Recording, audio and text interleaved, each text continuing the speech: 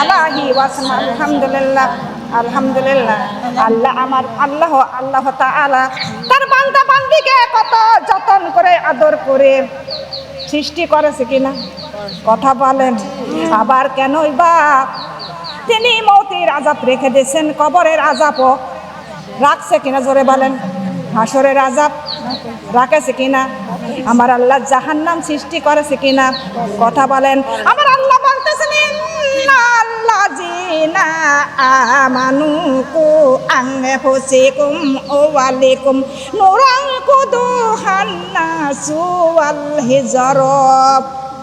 আল্লাহ বলতেছেন হে ঈমানদাররা, তোমরা হুঁশিয়ার হও, তোমরা জাহান্নামের আগুন থেকে তোমরা বাঁচো এবং তোমার অন্যদেরকেও জাহান্নামের আগুন থেকে বাঁচাও, জোরে বলে সুবহানাল্লাহ।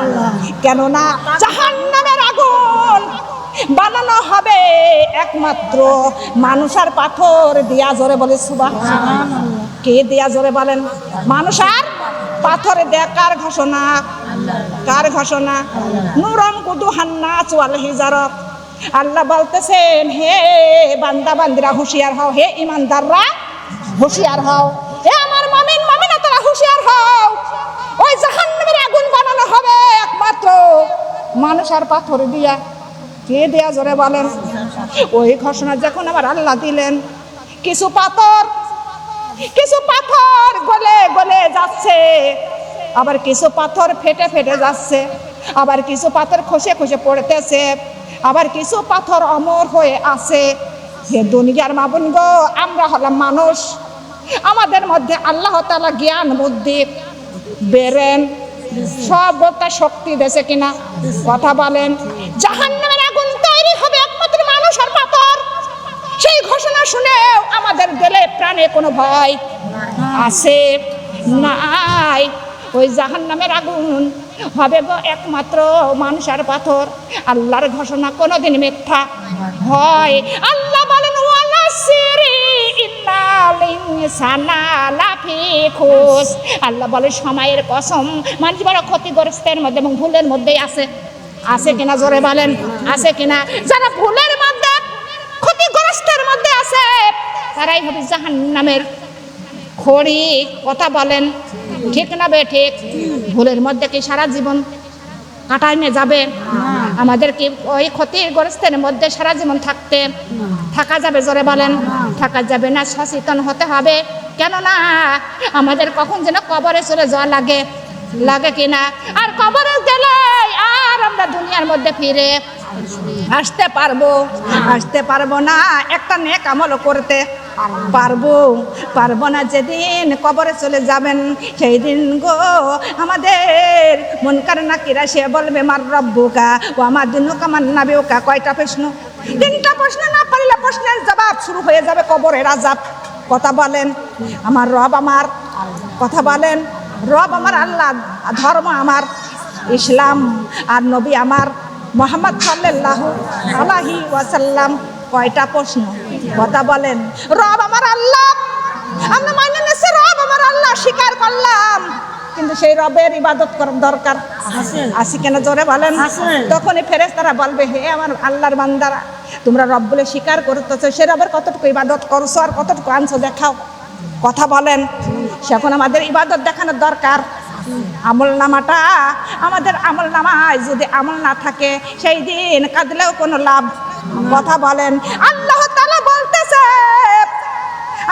বললেন হাজিহি জাহান্নাম লাতি কুনতুম তুআদুন ইসলাউহাল ইয়াউমা বিমা কুনতুম তাকফুরুন। আল্লাহ সূরা ইয়াসিন, আল্লাহ তাআলা বলতেছে এই সেই দোজখ যার তোমাদের কাছে প্রতিশ্রুতি যাকে দেওয়া হতো, কি দেওয়া হতো? প্রতিশ্রুতি মানে জাহান্নামের কথা ঘোষণা করা হতো। এই সেই জাহান্নাম কিডা বলবে, কথা বলেন। বলবে এটাই সেই দোজখ যার প্রতিশ্রুতি তোমাদেরকে দেওয়া হইতো, আর এখানেই তোমরা এই দোজখেই তোমরা প্রবেশ করো। কার কথা, কথা বলেন। ইসলাউহাল ইয়াউমা বিমা কুনতুম তাকফুরুন। আল্লাহ বলবেন এই সেই দোজখের মধ্যে তোমরা এখন প্রবেশ করো। কিরা বলবি? কথা বলেন। সেই দিন দোজকে প্রবেশ করা লাগবে, আর দোজকের আগুন থেকে আমার আল্লাহ আমাদের সবার হিফাজত করুক। সবাই বলে আমিন। হে দুনিয়ার মামুন, আল্লাহ বলেন ওয়ালিল্লাযিনা কাফারু বিরাব্বিহিম আযাবু জাহান্নামা বিসাল মাসির। যারা আল্লাহর শস্য পরিমাণ কথাও অমান্য করবে তারা কাফের হয়ে জাহান্নামে যাবে। কোথায় যাবে জোরে বলেন? কোথায় যাবে? জাহান্নামটা বড় জঘন্য স্থান, আর সেখানে থাকবে তারা চিরস্থায়ী। জোরে জোরে বলে নাউজুবিল্লাহ। ঘোষণাটা কার? কথা বলেন, কার ঘোষণা? আল্লাহর ঘোষণা। আল্লাহর ঘোষণা কোনোদিন মিথ্যা। আল্লাহর ঘোষণার মধ্যে কোনো ভেজাল নাই, কোনো সন্দেহ আছে। কাফেররা যখন কোরআনের আয়াত অস্বীকার করেছিল, আমার আল্লাহর সঙ্গে সঙ্গে আয়াত নাযিল করে দিলেন আলিফ লাম মিম যালিকাল কিতাবুল লা রাইবা ফিহি হুদাল লিল মুত্তাকিন।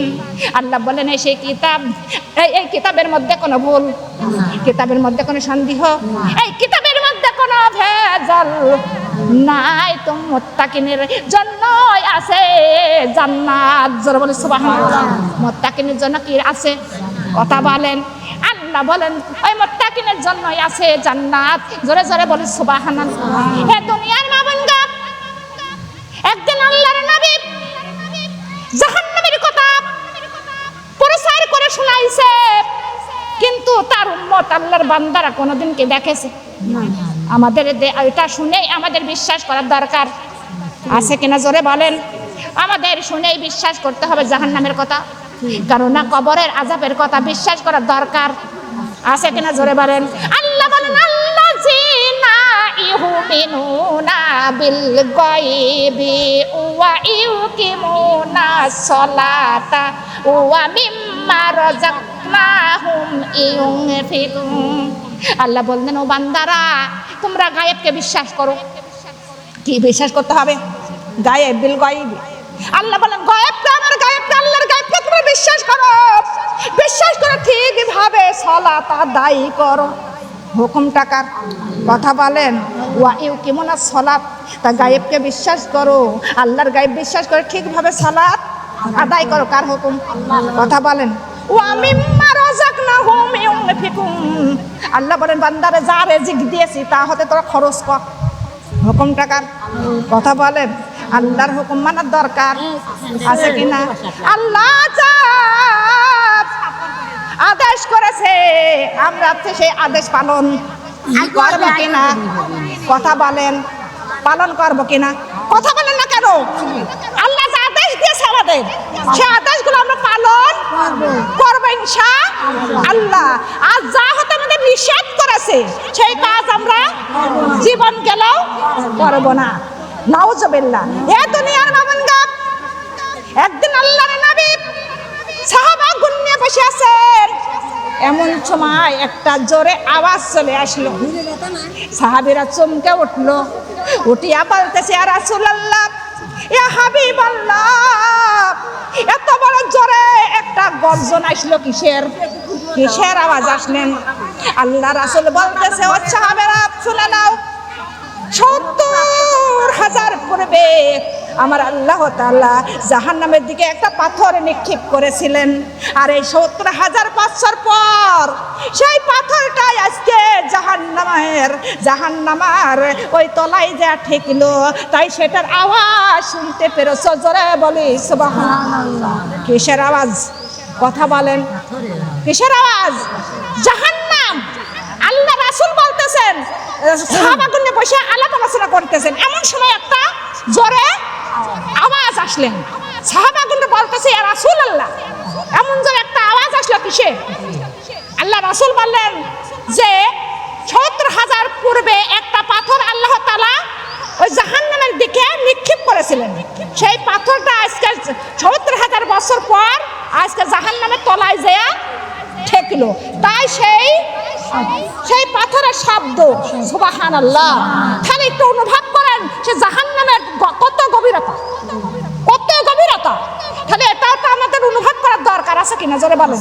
সেই জাহান্নামের কথা আমাদের স্মরণ করার দরকার। তাহলে কত গভীর আকাশে জাহান্নাম, আর সেই জাহান্নামে কি মানুষ জাতি চায়? কথা বলার জাতি চায়? আল্লাহ তাআলা মুমিন ও মুমিনাতের জন্য জান্নাত সৃষ্টি করেছেন, আর শয়তানের জন্য জাহান্নাম। কাদের জন্য? শয়তানের জন্য। আর মুমিন ও মুমিনাতের জন্য আল্লাহ জান্নাত সৃষ্টি করেছেন। সুবহানাল্লাহ। আল্লাহ বলেন, ইন্নাল্লাযীনা আমানু ওয়া আমিলুস সলিহাত উলাইকা ইয়াসহাবুল জান্নাত। আল্লাহ বলতেছেন, যারা ঈমানদার বান্দা বান্দি, যারা সৎ কর্ম করবে তারাই পাবে জান্নাত। জোরে বলে সুবহানাল্লাহ। ঘোষণা টাকার নেক আমল করতে কি কোনো টাকা পয়সা লাগবে? দামি গাড়ি, দামি বাড়ি, দামি গহনা পাতি, শাড়ি গহনা কিচ্ছু লাগে না। লাগে শুধু কি লাগে? জোরে বলেন। ঈমান। কি লাগে? একটু জোরে আওয়াজ করেন। কি লাগে? ঈমান। ও দুনিয়ার মা বোন গো, আমার হযরতি ফাতিমাতুজ জোহরা, তার কি কোনো বাড়ি ঘর ছিল? কথা বলেন। দামি শাড়ি, দামি গহনা, দামি বাড়ি গাড়ি কিচ্ছু ছিলেন না। সেই হযরতি ফাতিমাতুজ জোহরা, তিনি হলেন বিশ্ব জগতের নারীদের সরদানি এবং জান্নাতের সরদানি। জোরে জোরে বলে সুবহানাল্লাহ। আমার হযরতি ফাতিমাতুজ জোহরা, তিনি একদিন না, 2 দিন 3 দিন অনাহারে থাকতেন, তাও কোনোদিন আল্লাহর ইবাদত ছাড়েছে? জোরে বলেন। কোনোদিন তিনি আল্লাহর ইবাদত ছাড়ি নাই। ওরে 1 দিন 2 দিন 3 দিন অনাহারে দিন কাটাইতো, তাও তিনি কোনোদিন একটা রোজাও কাজা করেছে? কথা বলেন। করেছে? করে নাই। সবসময় আল্লাহর ইবাদতে থাকতেন, আল্লাহর ইবাদতে মগ্ন থাকতেন। জোরে বলে সুবহানাল্লাহ। এ দুনিয়ার মা বোনগা, কি হযরতি ফাতিমাতুজ জোহরা বিশ্ব জগতের নারীদের সরদানি, ওরে তিনি না খাইয়া 1 দিন 2 দিন 3 দিন অনাহারে থাকিয়াও কোনদিন ওরে একটা নামাজ কায়জা করেন নাই। সেই হযরতি মা ফাতিমার অনুসরণ করার দরকার আছে কিনা? কথা বলেন। একদিন হযরতি ফাতিমা, রমজান মাস ছিলেন, রমজান মাসে তিনি 1 দিন 2 দিন 3 দিন অনাহারে, কয়দিন? হযরত আলী কাজের সন্ধানে গেলেন। কাজের সন্ধানে যাইয়া কোনো জায়গায় কাজকর্ম পাইল না।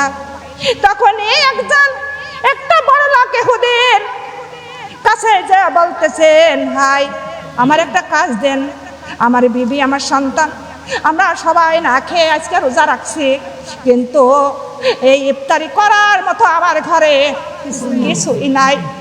ইহুদি বলতেছেন, আমার কাছে সেরকম কাজ নাই, তুমি আরেকজনের কাছে যাও। কিন্তু হযরতি আলী ওখান থেকে আরেকজনের কাছে গেল, আরেকজনের আরেক ইহুদির বাড়ি গেল। যাইয়া দেখে ইহুদি দাঁড়িয়ে আছে, বলতেছে, ভাই আমার একটা কাজ দেন, কিন্তু আমি আমার বিবি সবাই আজকে না খেয়ে আছে, না খেয়ে রোজা রাখছে, কিন্তু আপনি আমার একটি কাজ দেন। তখন ইহুদি বলতেছে, আমারও তো সেরকম কাজ নাই, কিন্তু আমার খেজুর বাগান আছে, ওই খেজুর বাগানের মধ্যে সামান্য একটু কাজ আছে, কাজগুলো করে নিয়ে এসো, কিন্তু আমি টাকা দিতে পারবো না, কিন্তু কিছু কাজের বিনিময়ে কিছু খেজুর দিব। জোরে বলে সুবহানাল্লাহ। হযরত আলী রাদিয়াল্লাহু তাআলা তিনি চলে গেল ওই ইহুদির খেজুর বাগানে, যাই কাজগুলো করে আসলেন। কাজগুলো সেরে এসে বলতেছেন, ভাই আমার কামের মজুরি দেন। তখন ইহুদি কয়েকটা খেজুর দিয়ে দিলেন। খেজুর গিরে নিয়া হযরত আলী ধীরে ধীরে বাড়িতে চলে গেল। বাড়িতে যা দেখে হযরতি ফাতিমা আর হাসান হোসাইন ওরে 1 গ্লাস পানি সামনে করে নিয়ে বসে আছেন। এমন সময় হযরতি আলী রাদিয়াল্লাহু তাআলা আনহু তিনি বাড়ির ঘরের মধ্যে প্রবেশ করলেন। প্রবেশ করিয়া খেজুরগুলো হযরতি ফাতিমার হাতে দিয়ে দিলেন। আর ওই খেজুরগুলো দিয়ে দেখিয়া হাসান হোসাইন আনন্দিত করতে লাগলেন, কেননা 3 দিন অনাহারে আছে। জোরে বলি সুবহানাল্লাহ। এমন সময় আজান হয়ে গেল, খেজুরগুলো সামনে রেখে দিল। এমন সময় একটা অসহায় একটা ভিক্ষুক হযরতি আলী বা মা ফাতিমার বাড়ির সামনে এসে বলতেছে, সালাম দিয়ে বললেন, এই বাড়িতে কেউ আসো কি? ওরে আমার কিছু খাইতে দাও, আমি আজকে 4 দিন অনাহারে আছি, আমার কিছু খাইতে দাও। এই কথাগুলো হযরত ফাতিমা শুনতে পারলেন। শুনতে পারিয়া হযরত আলীকে বললেন, স্বামী এই খেজুরগুলো তুমি ওই ভিক্ষুককে দান করে দাও। জোরে বলে সুবহানাল্লাহ। হযরত আলী বললেন, ফাতিমা রে, আজ 3 দিন যে অনাহারে আছো, কি খেয়ে তুমি এখন ইফতারি করবে? বলে, আমার জন্য পানি যথেষ্ট। আল্লাহ তাআলা আমাদের দুনিয়ার মধ্যে পাঠাইছে সুখের জন্য নয়, কিন্তু আমি সুখ চাই না, আমি পানি খাই ইফতারি করব। এই ভিক্ষুকে খেজুরগুলো দিয়ে আসেন। জোরে জোরে বলি সুবহানাল্লাহ। দুনিয়ার মা বোনকে একটু পানি খাই ইফতারি করলেন, আবার ওই পানি খায় সিয়ারি খালেন, পানি দিয়ে সিয়ারি খালেন, খেয়ে আবার পরের দিন রোজা রাখলেন। রোজা রাখিয়া পরের দিন আবারও হযরত আলী আবার কিছু খেজুরের সন্ধান করে নিয়ে আসলেন। আবার যখন ইফতারি করতে যায়, আবার একটা ভিক্ষুক বাড়ির সামনে এসে সালাম দিয়ে বললেন, আমি আজকে 4 দিন অনাহারে, কিছু যদি থাকে আমাকে খাইতে দাও। কিন্তু এই কথা হযরত ফাতিমা শুনতে পারলেন। শুনিয়া বললেন, স্বামী গো, এই খেজুরগুলো তুমি ভিক্ষুককে দান করে দাও। জোরে জোরে বলে সুবহানাল্লাহ। হযরত আলী বলেন, তুমি কেমন মানুষ? তুমি কি খাইবা এখন সারাদিন রোজা? তোমার হাসান হুসেন কসিম মুখখানা শুকিয়ে গেছে, এরা কি খাবে? নিজের কথা কি ভাবলে না? হযরত ফাতিমা বলেন, না, আমি থাকতে পারবো, আমার জন্য পানি যথেষ্ট, আপনি এই খেজুরগুলো ভিক্ষুককে দান করে দেন। জোরে বলে সুবহানাল্লাহ। আবারও একটু পানি খাইয়া আবারও রোজা রাখলেন। পরের দিন কোনো খাবারের সন্ধান নাই, খাবার কোথাও জোগাড় করতে পারলেন না। এমন সময় আল্লাহ ডাক দিয়া বলে, ও জিবরাইল, ওরে আমার বন্ধুর কন্যা হযরত ফাতিমা, ওরে আজ 3 দিন রোজা রাখছে একদম পানি খাইয়া, কিন্তু যাও যাও তুমি জান্নাত থেকে কিছু খাবার নিয়া আমার আমার ফাতিমার দরজায়, হযরত আলীর দরজায় হাজির হয়ে যাও। জোরে বলে সুবহানাল্লাহ। হযরত জিবরাইল আলাইহিস সালাম জান্নাতে খাবার নিয়া হযরত ফাতিমা জোহরার বাড়ির সামনে, ওরে গেটের সামনে সালাম দিলেন। সালাম দেওয়ার সঙ্গে সঙ্গে হযরত আলী চলে গেল। হযরত আলী বললেন, আপনি কে ভাই? বলতেছে, আমি পরিচয়, আমি আর আল্লাহর তরফ থেকে তোমাকে খাবার পাঠাইছেন আমার আল্লাহ সরাসরি। জোরে জোরে বলি সুবহানাল্লাহ। হযরত আলী বুঝতে পারলেন এটা হলো মানুষ না, এটা হলো আল্লাহর ফেরেশতা জিবরাইল আলাইহিস সালাম। খাবারগুলো গ্রহণ করলো, গ্রহণ করিয়া খাঞ্চা ভরা খাবার নিয়ে তখন হযরত ফাতিমার সামনে দিলেন। হযরত ফাতিমা তখন খাবারটা সামনে রাখলেন। হযরত হাসান আর হুসাইন দেখে আনন্দিত, কেননা আজ 3-4 দিন অনাহারে আছে ছোট্ট ছোট বাচ্চারা, কিন্তু তখন বলতেছে, মা গো, এই খাবারগুলো কার? মা গো, 2 দিন আমাদের তো কিছু খাইতে দাও নাই, সব তুমি ভিক্ষুককে দান করে দিছো, আজকের খাবারগুলো মা গো কার? তখন হযরত ফাতিমা 2 চোখের পানি ছেড়ে দিয়ে কাঁদতেছেন। কেন্দে বলে, বাবা, এই খাবারগুলো আল্লাহর তরফ থেকে এসেছে, এই খাবারগুলো আমাদের। জোরে বলে সুবহানাল্লাহ। ওইগুলা খাবার তারা ভাগ করে বর্তন করে খাইতে লাগলো। দুনিয়ার মা বোন গো, কত কষ্টের সঙ্গে তারা ইসলাম প্রচার করেছে, কত কষ্টের সঙ্গে তারা রোজা পালন করেছে, তারা নামাজ আদায় করেছে। একটা বস্ত্র কতবার তালি দিয়া পড়তেন, কিন্তু তার কোনো সতর কেউ দেখতে পারেছে? জোরে বলেন, কোনোদিন তার সতরে কেউ দেখতে পারে নাই। কোনোদিন অনাহারে থাকতো, রোজা কামাই দিই নাই, ওরে কোনোদিন কোরআন পড়া ছাড়ি নাই, ওরে নামাজ পড়া ছাড়ি নাই। হযরত ফাতিমা জোহরা একদিন বাবার বাড়িতে যাচ্ছিলেন। বাবার বাড়িতে যখন গেল, দেউড়ির মাঝে যাইতে না যাইতে দেখে বাবা কিছু সাহাবা নিয়ে তিনি আলাপ আলোচনা করতেছেন। হযরত ফাতিমা দেউড়ির মাঝে লুকায়া থাকলেন।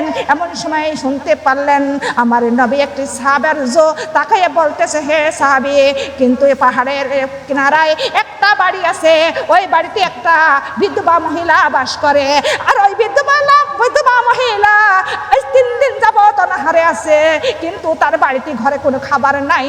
তুমি কিছু খাবার নিয়া ওই বিধবা মহিলার বাড়িতে তুমি দিয়ে এসো।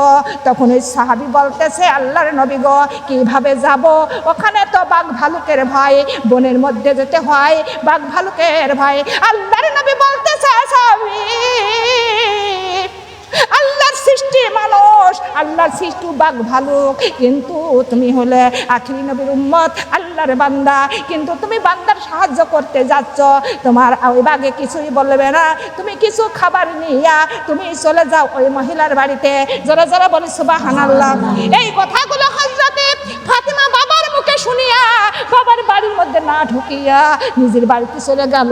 বাড়িতে যাইয়া কিছু আটা ছিলেন, আটা দিয়ে নিজ হাতে কয়েকটা রুটি বানাইল, কিছু খেজুর নিয়ে একটা থলের মধ্যে করে ওই বিধবা মহিলার বাড়ির দিকে রওনা হলেন।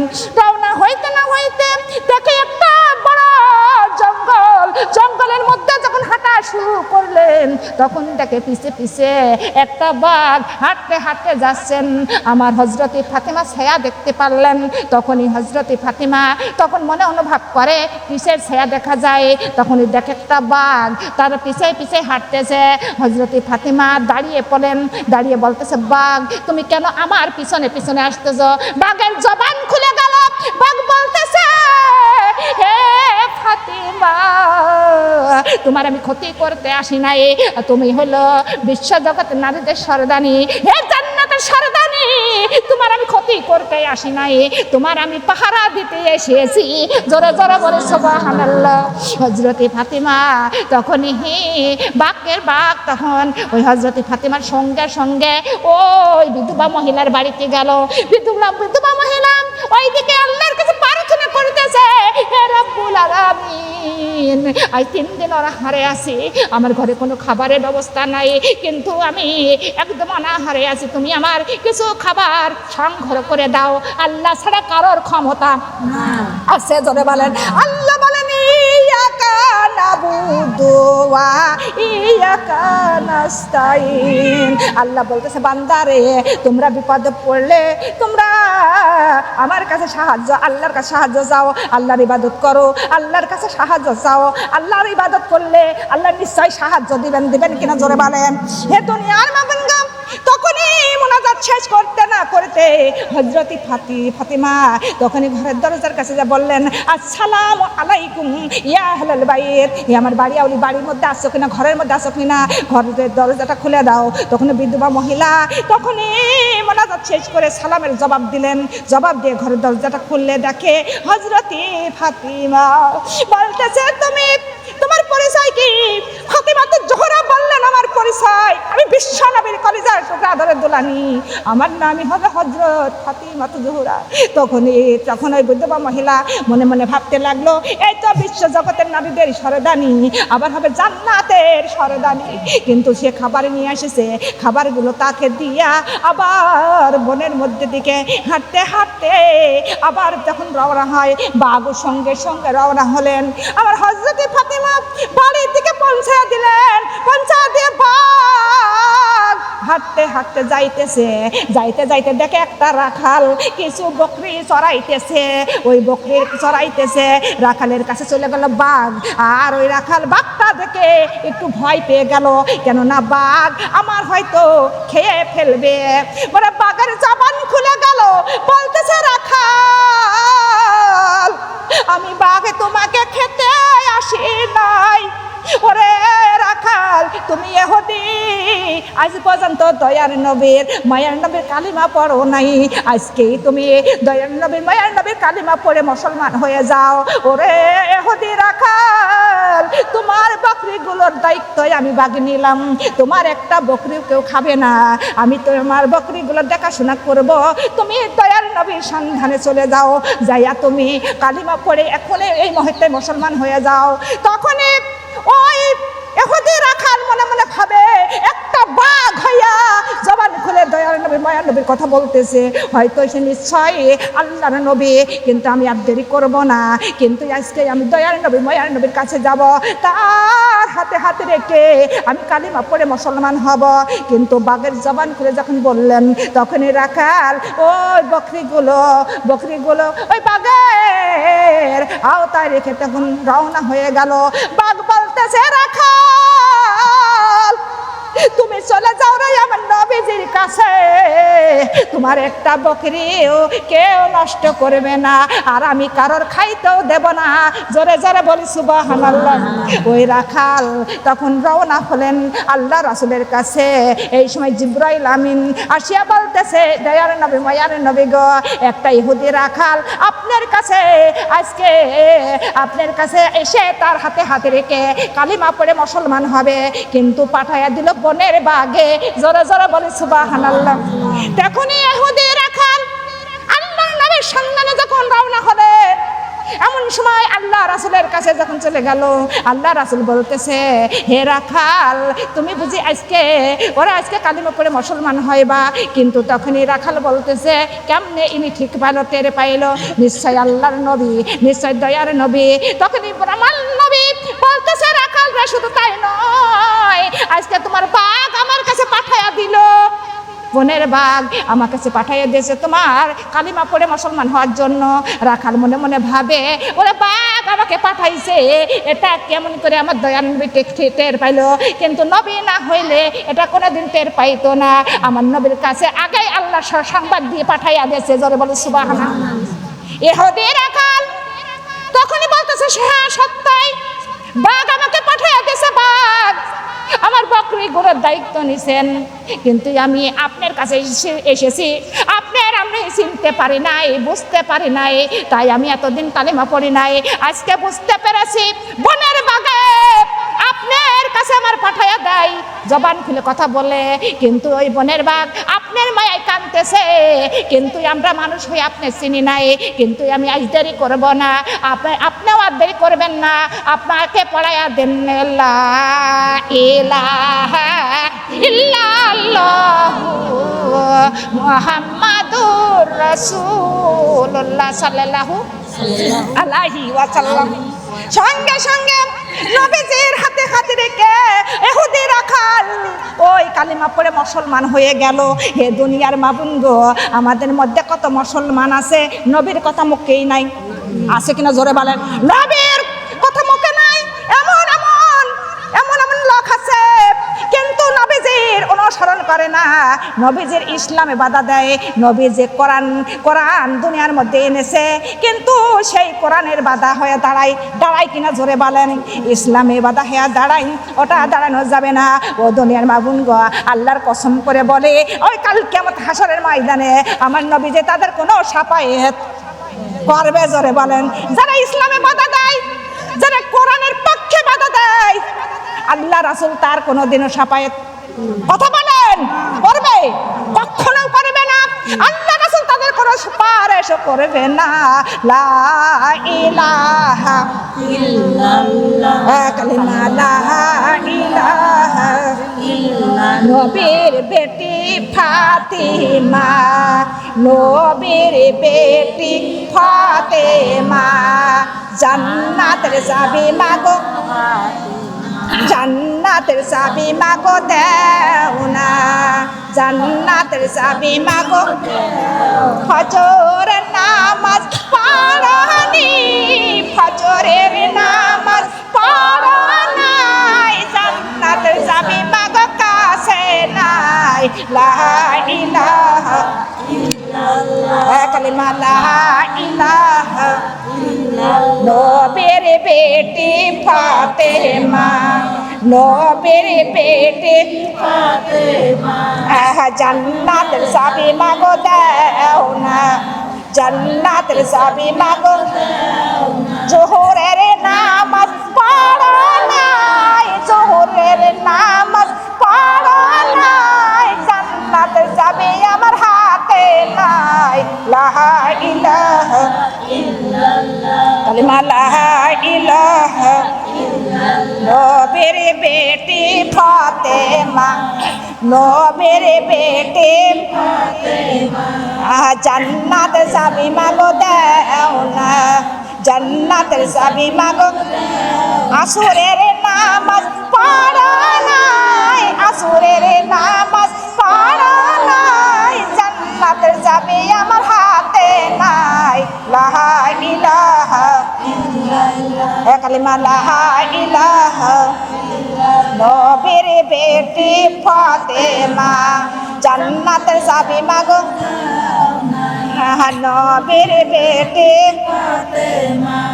জান্নাতের যাবি মাগো মাগরিবের নামাজ পড়া নাই মাগরিবের নামাজ পড়া নাই জান্নাতে যাবি আমার আসলাই নাই লা ইলাহা ইল্লাল্লাহ কালিমা লা ইলাহা নবীর বেটি ফাতেমা নবীর বেটি ফাতেমা জান্নাতে যাবি মাগো জান্নাতে যাবি মাগো ইশারের নামাজ পড়া নাই ইশারের নামাজ পড়া নাই জান্নাতে যাবি মাগো হাতে নাই লা ইলাহা ইল্লাল্লাহ কালিমা লা ইলাহা কালিমা লা ইলাহা